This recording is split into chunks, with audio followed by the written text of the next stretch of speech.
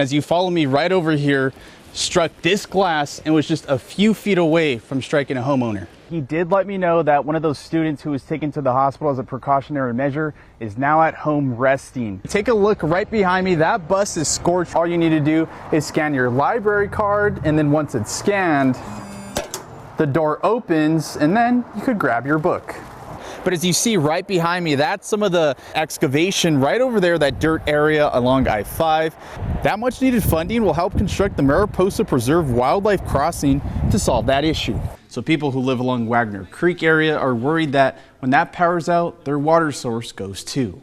Along with speaking to parents, and the superintendent, Newswatch 12 has reached out to Gold Beach Police and the Curry County Juvenile Department, who were both part of the investigation. Firefighters are racing to contain wildfires around Los Angeles for a third night. This morning, smoke filled the sky in North Medford along Highway 238 near Rogue X. Earlier today on Highway 140, it was like this slushy snow type. I was able to see some of those volunteers get their hands dirty, but really build one of the first homes, a part of this whole project. Go ahead and take a look at our live footage we have there at the strike. This one at the Providence Medical Medford Center, and its nurses labor union say they are ready for the strike that is taking place. There's multiple people standing out there right now.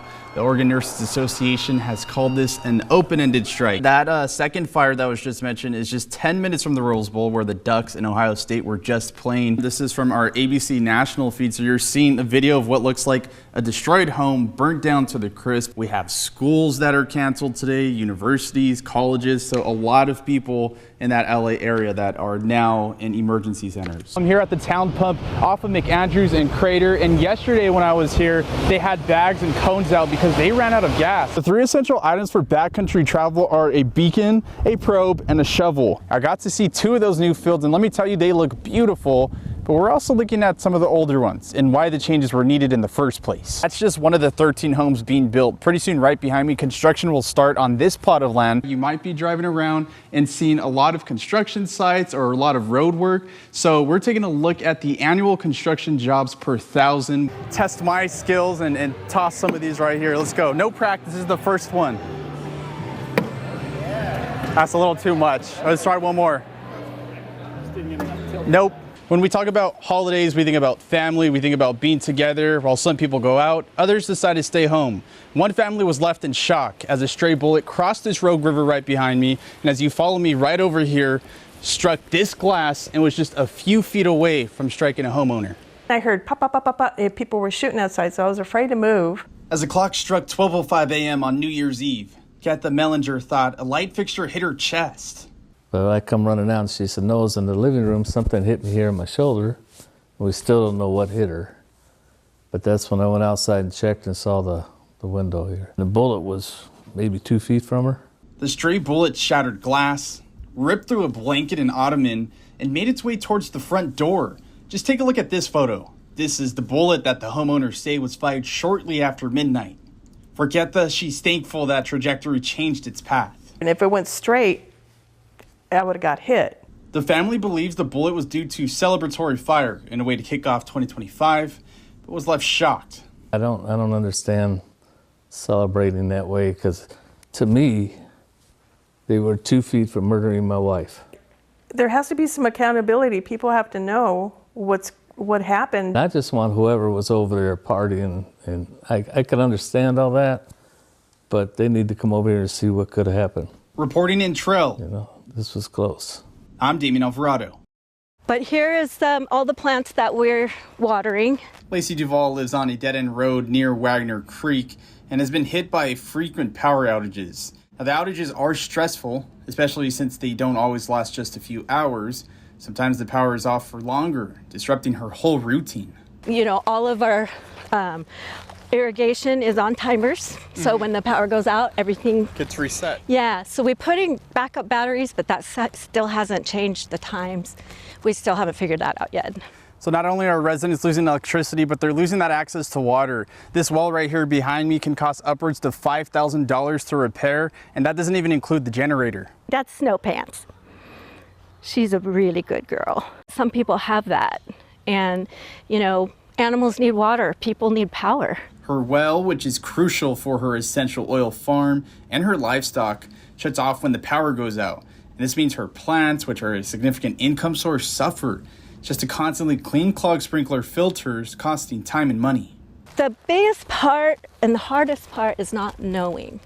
So, if it's a water day and we don't have water and we don't know when the power's coming on, it's very, very hard and stressful. Her concern isn't just about her farm. It's about the community and the lack of reliable water and power affecting everyone, including those with medical needs.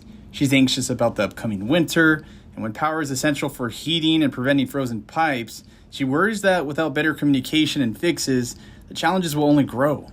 I'm hoping that putting it out there will help us to fix it. Yeah. It's not asking much, right? Just power and water.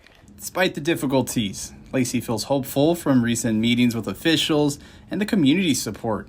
She's also hopeful that the Pacific Power's recent email and reasoning for the outages brings new solutions for residents.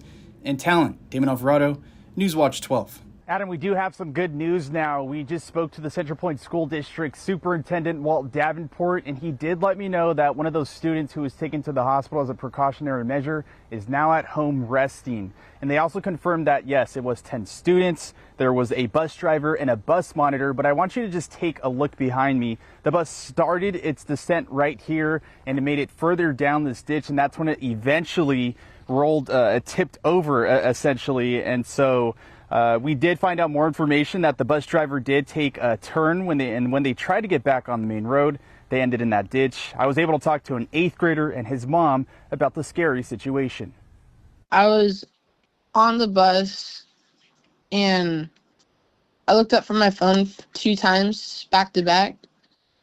And the second time, I saw the bus just fall in the ditch. This morning, Central Point School District 6 students experienced a bus rolling into a ditch.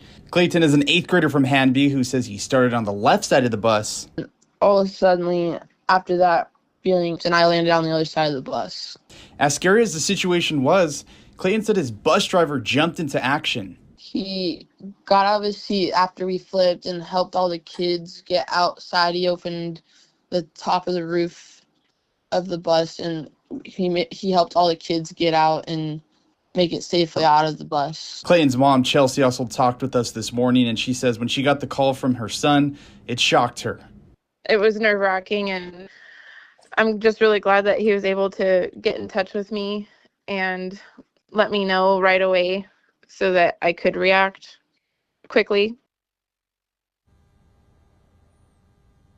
Adam, I just want to give you and the viewers a perspective of kind of how deep this ditch is from the road, and we're dealing with some rough terrain here. So the school district said that the bus driver was also dealing with some fog. We're dealing with some foggy situations out here, some icy roads, and they just want to reassure parents that they're working quickly and they're thankful for the bus driver and everyone who was on that school bus this morning for working quickly to help keep their students safe. Reporting live in Central Point, I'm Damien Alvarado.